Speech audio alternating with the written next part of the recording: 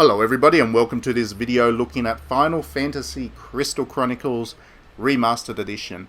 I'm very happy to actually be able to talk about this game because I was a big fan of it back on the GameCube, and we'll talk about my nostalgic memories of that shortly enough. So I've been really looking forward to being able to play this. Unfortunately, I haven't actually been able to play it just yet.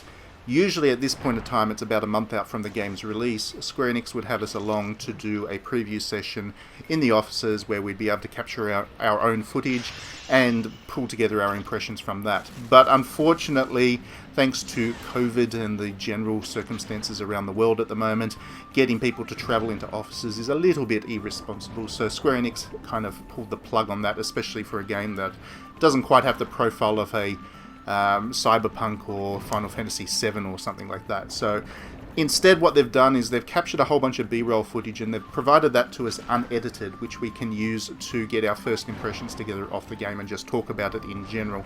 That's what you're seeing on the screen there in front of you right now. It's Square Enix's footage, it's not mine. I haven't played the game yet, and you've probably seen this footage somewhere else by now already because it was provided to a whole bunch of different media outlets. But it is nice that they've provided this stuff because I have been able to talk about it, I get a feel for the game, and like I said, I have played the GameCube original a lot, so I know how this thing is going to basically play, and I'm very excited to actually get full hands-on with it once it launches in a month or so.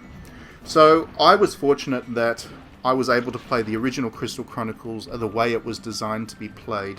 For people who don't remember it, or who maybe weren't playing games back when it was out, Final Fantasy Crystal Chronicles was a 4-player multiplayer game for the GameCube, which also really wanted everybody to have their own Game Boy Advance. You'd hook the Game Boy Advance up to the GameCube, and then that would then act as a second screen for your inventory and maps and things while the main action was playing out on the main screen. So I was lucky, I had two brothers and a good friend that we could get together quite regularly to play this, and we all had our own GBAs, so we were able to basically go through the full expensive setup of the original game to play it the way it was designed. All of that has kind of been made easier with this one, and that by itself is a big deal. Now it is online play, of course, and it is also cross-play. So you'll be able to play with anybody, doesn't matter what version of the game they have, which will make getting the parties together to enjoy the game as a multiplayer experience quite easy. And that's a good thing because as a single-player game, Crystal Chronicles, it works, but it's missing something. You are definitely going to want to play this in multiplayer if you can, and that just means you need an internet connection now, so that's easy done. So on top of that, they've actually added a lot of stuff to this game this time around, which will be good for those who really did play the original to death and might want a little bit more than just a chance to indulge some nostalgia for a while. So on top of the online multiplayer and crossplay that I mentioned, there are now voiceovers. I can't remember if there was any voice whatsoever in the GameCube game actually, but if there was, it was pretty limited and it might have been just in Japanese, maybe not. But anyway, expectations are now that games are properly voiced when they come from a publisher of the size of Square Enix, and this one is now voiced. There's also the ability to rewatch cutscenes.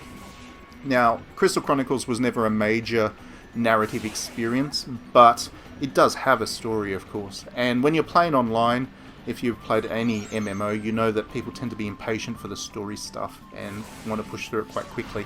Being able to watch back the story bits at your own pace when you're playing single player after a multiplayer session is a pretty good deal, and actually will be a pretty useful enhancement, I think, for a lot of people.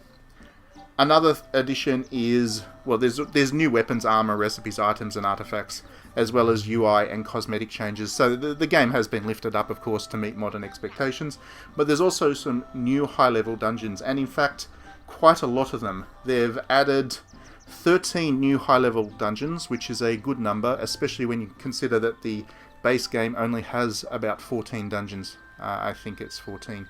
So really you're almost getting double the amount of dungeons for a game which is pretty much entirely dungeon based, double the content as such.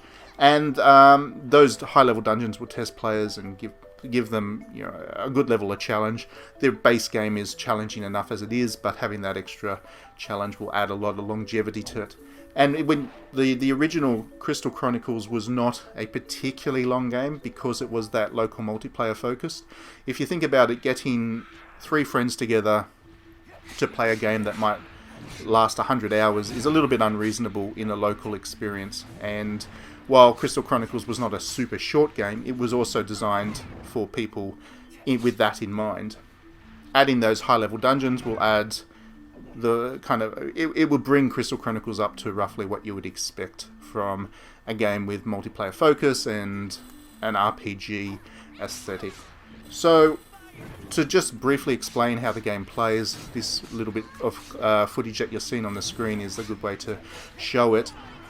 There's a big ring, as you can see. Now, that ring is a safe zone. If you go outside of that safe zone, you start to take damage.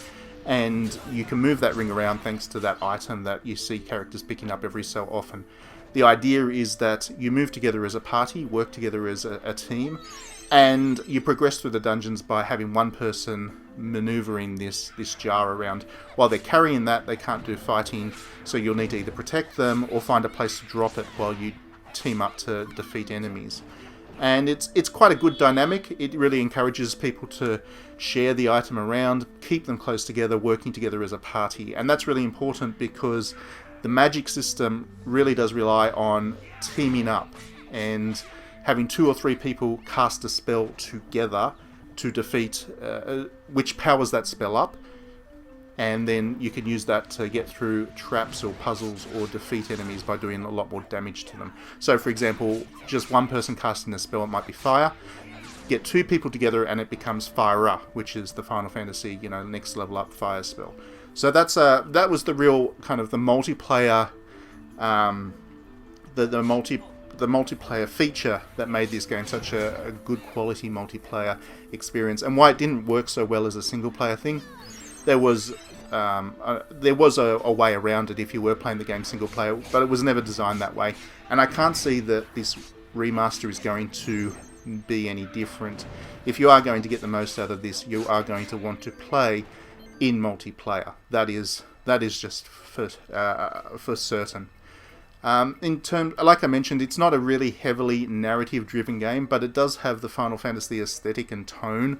As you can see, it's a very attractive game aesthetically. We're about to fight a classic Final Fantasy monster, and it has really cute Moogles and all the elements that you would expect from a Final Fantasy game. So it's a bit of a... It's fan service, not in terms of bikinis and sex content, but it's fan service in the sense that it recognises what people who love Final Fantasy love about Final Fantasy. And even though it doesn't play like a Final Fantasy game, which is typically single player, it has those elements that will really indulge people's love of Final Fantasy. Certainly, when I was growing up, my brothers and friend, we were all Final Fantasy fans. We knew all of the monsters and we knew all of the kind of the elements that made Final Fantasy what it was, and that was being able to go through dungeons and participate in all of that before there was Final Fantasy MMOs and stuff like that was a really nice multiplayer experience. So anyway, that's basically all I have to say about this game right now. Like I said, this is not my footage, but I hope it's been enjoyable. It's a good look at what the game will be like to play. I think you get a good sense of what to expect now if you've never played the original.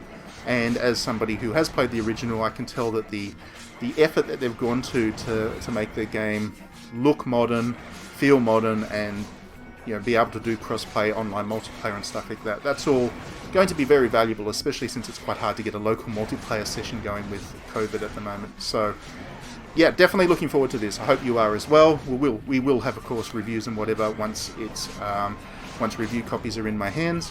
Thanks as always for watching. Please do like and subscribe and consider backing me on Patreon, etc, etc, etc.